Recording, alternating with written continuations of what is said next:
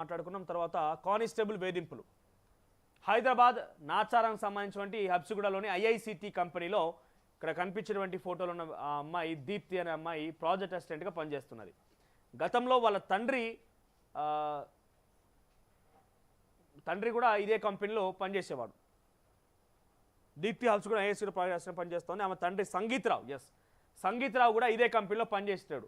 ఆ పనిచేసే క్రమంలో అనిల్ అనే ఒక కానిస్టేబుల్ ఏం చేసిందంటే ఈ సంగీతరావు అనే ఒక పర్సన్కి దీప్తి వాళ్ళ తండ్రికి నా భార్య కూడా ఈ కంపెనీలో ఉద్యోగం ఇప్పించమని చెప్పి 15 లక్షల రూపాయలు ఇచ్చిందట లంచం కింద. సంగీతరావు తీసుకున్నాడు అది. సో కొన్ని ఏళ్ళు అవుతున్నది కానీ ఆ ఉద్యోగం పెట్టించింది లేదా డబ్బులు తిరిగి ఇచ్చింది లేదు. దీంతో అనిల్ ఏం చేసిండంటే సంగీతరావు మీద ఒత్తిడి తీసుకొచ్చిండు. ఒత్తిడి తీసుకోవడంతో 8 లక్షల రూపాయలు తిరిగి చెల్లించాడు.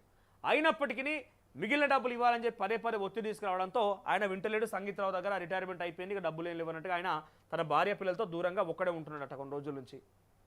ఇక సంగీతరావు ఎంత చెప్పినా వింటాడని చెప్పి తన బిడ్డ దీప్తి మీద పడ్డాడు అనిల్. పడిపోయి నువ్వు నాకు డబ్బులు చెల్లించాల్సిందని పదే ఒత్తిడి తీసుకోవడం, పరిమంతో చెప్పించడం, పరిమంతో చర్చించడంతో ఆయనకు ఆవిడ దీప్తి అనే మహిళకి అవమానం ఎదురైంది ఆ అమ్మాయికి. తర్వాత ఏమైపోయింది, కేసు వేసిండు. కేసు ఎత్తే అమ్మాయి మీద కేసు అయింది. సివిల్ కేసు వేసిండు. సివిల్ కేసు అయింది కోర్టులో. ఇవన్నీ జరుగుతున్న క్రమంలో ఏమైపోయింది, ఆ అవమానంతో ఏం చేయాలో అర్థం కాక సెల్ఫీ వీడియో తీసుకొని సూసైడ్ చేసుకున్నది. ఆ తర్వాత బయటికి వెళ్ళొచ్చిన తర్వాత కుటుంబీకులు చూసి ఆ వీడియో చూస్తే విషయాలు బయటకు వచ్చినాయి. ఏం జరిగింది, ఏం కథ ఏందనేది. సో ఉద్యోగం ఇవ్వమని చెప్పినటువంటి ఒక ప్రభుత్వం పనిచేసినటువంటి పోలీస్ అధికారే, పోలీస్ కానిస్టేబుల్ ఆయన ఏదో సామాన్య వ్యక్తి ఏం కాదు. ఆయన మోసపోయిండు, పాపం మోసపోయిండు అనే విషయం మనం చెప్పలేం. ఆయనకు పక్కాగా ఉద్యోగం కావాలని చెప్పి ఆయనే బ్రైబింగ్కి పాల్పడ్డాడు.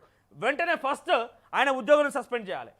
ఒక ప్రభుత్వ ఉద్యోగంగా పనిచేస్తున్నటువంటి ఆయన, ప్రభుత్వంలో పోలీసుగా పనిచేస్తున్నటువంటి వ్యక్తి నలుగురు ఎవరైనా ఇటువంటి తప్పులకు పాల్పడితే శిక్షించాల్సింది, వాళ్ళని అరెస్ట్ చేయాల్సింది పోయి ఆయన ఒక తప్పు చేసే ప్రయత్నం చేసింది. కాబట్టి ఈ ఘటనలో అయితే డెఫినెట్గా కానిస్టేబుల్ అనిల్ అనే వ్యక్తిని అరెస్ట్ చేయాల్సిందే. ఇక వాట్సాప్ చాటింగ్లో కీలక విషయం.